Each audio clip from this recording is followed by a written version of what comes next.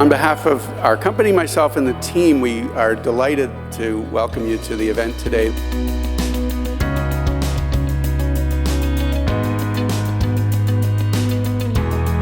We really look forward to having a great event with you this morning. To me, it's all around amplifying human interaction. The ability to put the right tools in place so that the human interactions that we have with our clients are so much more effective. We're really excited to have three of the best and brightest economists in our country join us today for our panel.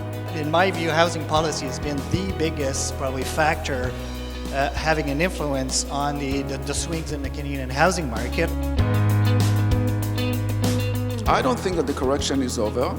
I think that the correction is very healthy. What we are doing now, we are basically undoing crazy years.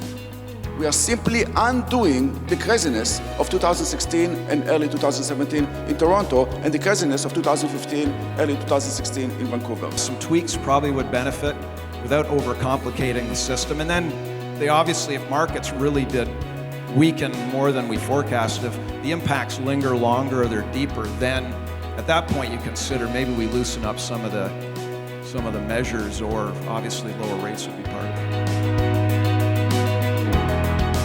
A lot of really interesting things happening, not only in the Canadian marketplace as well as internationally. It's not easy for all this data just to be made available in one fell swoop.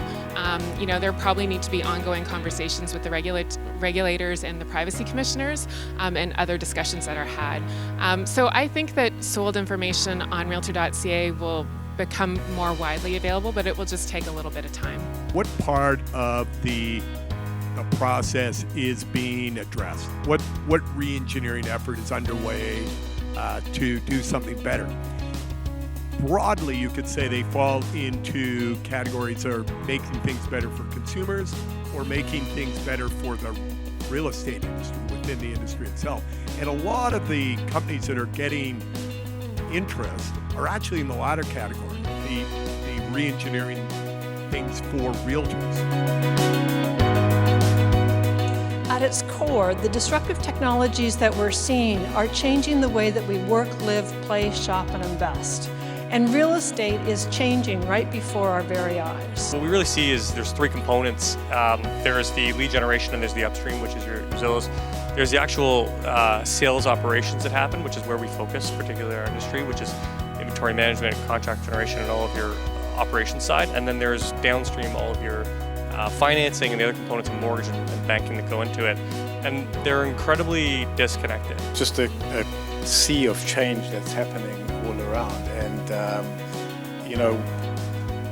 it's hard to nail one particular thing and say, this is the next big thing, because there's just a ton of investment that's going in all around. Rather than pushing against the tide and saying we won't allow Airbnb into our buildings, what we want to do is enable our buildings so that they're Airbnb friendly, because that's what the consumer is asking for. Interesting and controversial subjects, where they're going and what we can do with them is all opportunity, which is great. Thanks for everybody for participating in the day.